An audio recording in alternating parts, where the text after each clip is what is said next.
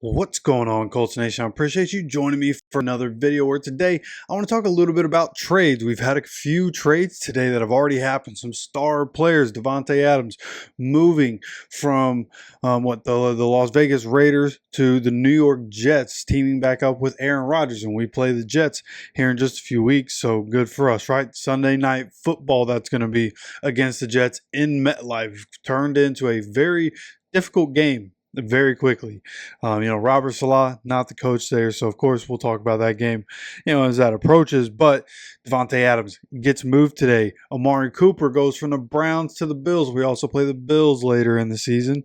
So now we have two star wide receivers that all of a sudden we're going to have to play against at some point this season. So, of course, again, we'll talk about those games when it happens. But for the purposes of this video, it's more so where is the next trade going to happen? And I saw Zach Hicks, who I believe does stuff for Locked On Colts, and he was talking about on Twitter, like it's just a random mid-October Tuesday, right, for all this to happen. Now in the NFL season, nothing's really all that random, right, when you really think about it.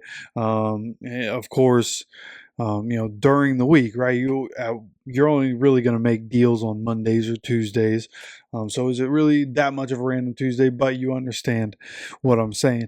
And, just for a random Tuesday, hey, let's go ahead and throw in a trade for the Colts, right? What do we need to work on, right? We essentially, and I'm going to have a separate video for this conversation, but I think we have our cornerbacks of the future.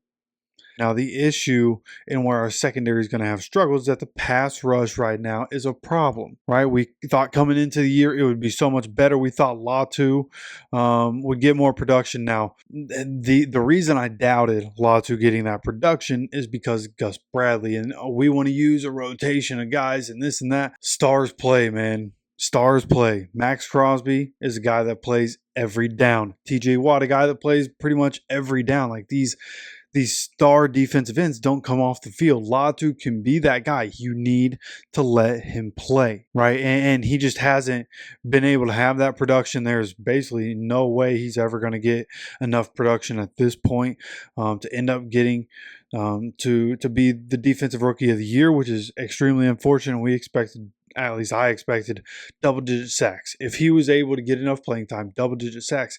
But Gus Bradley's not doing that, so part of that is on him as well. The pass rush is partly his fault, and the defensive staff not getting the most out of these players that have shown flashes. They just can't get the consistency right. Now, DeForest Buckner being out affects that. He's a guy that in the middle of that defense can put pressure on the quarterback from the middle, and he'll also take up some double teams to help other guys and be able to free other guys to get their moves to work more often, right? So not having DeForest Buckner is an issue, but we just haven't been able to have anybody step up in his stead.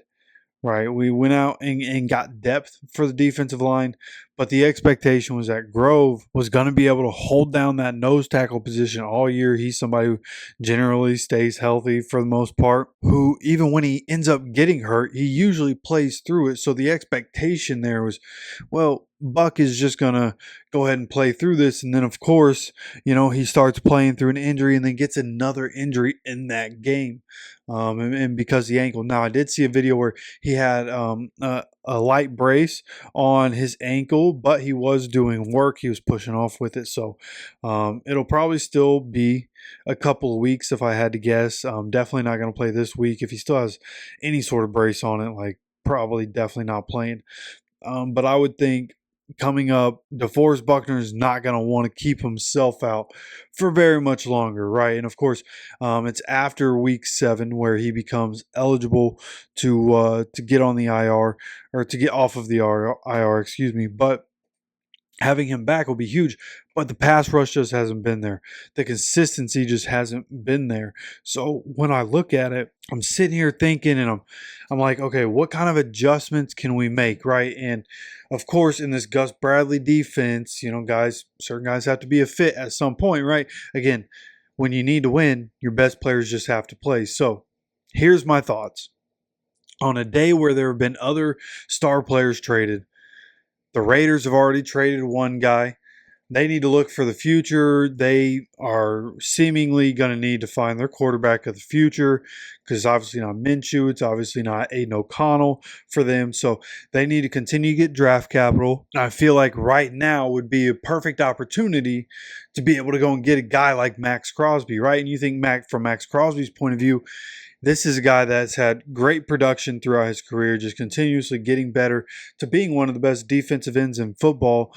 And when you look at what he offers to a team, right? Look at the numbers from year to year. His rookie year, 10 sacks, and then 7, 8, 12 and a half, 14 and a half, and has 5.5 this year. And Christian Wilkins was supposed to come in and alleviate some of the pressure so Maxx can continue to get sacks. He's had 2 games this year with 2 sacks, right? And then has a sack in the first game and a half a sack this past week.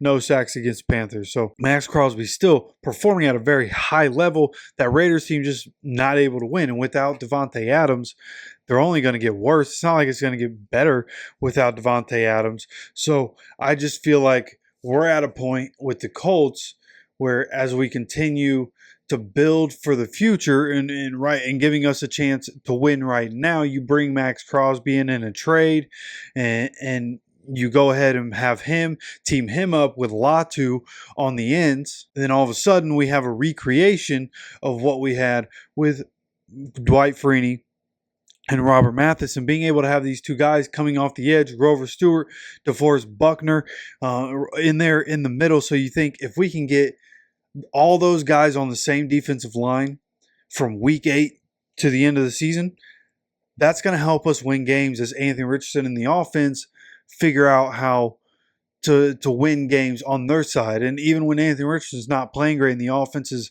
having difficulty, we're explosive enough at different times to still be able to score 20 plus in a game. So I just think that a guy like Maxx Crosby, with the cap space being what it is, the way you can maneuver some things, and I think building like right now with Anthony Richardson on his rookie contract, right, and him developing, yeah, we might not win a Super Bowl this year, but you have Maxx come in, and then over these next couple years before Anthony Richardson's making $60 million a year, boom, we might have a chance to actually compete for Super Bowls over these next couple years, and then see what happens after that, right? Keep him and Latu together. DeForest hopefully, retires as a Colt and is able to be here. Same with Grove. So I think the combination of that would be incredibly lethal, and I think that's something that the Colts should at least explore. Explore the possibility. What would it cost from an asset standpoint, right? Davante Adams getting traded for a 3rd round that can turn into a 2nd rounder, right? Davante Adams. Maxx Crosby, he is a little bit younger. He's still having elite production. It would probably be a high cost for a guy like Maxx Crosby, but I think it'd be worth it. Just honestly, looking at it, looking toward the future and the cap space we're going to have in the future, and the ways, you're getting this youth on this team to continue to develop around veterans like that, and somebody that's as tough as he is, somebody that has the mentality that he does. Like, I just think he'd be great for the locker room. I think he'd be great for this team. So again, a day where trades are happening, star players are moving around in the NFL. Hey, Colts. Hey, let's think about going and getting a guy like Maxx Crosby.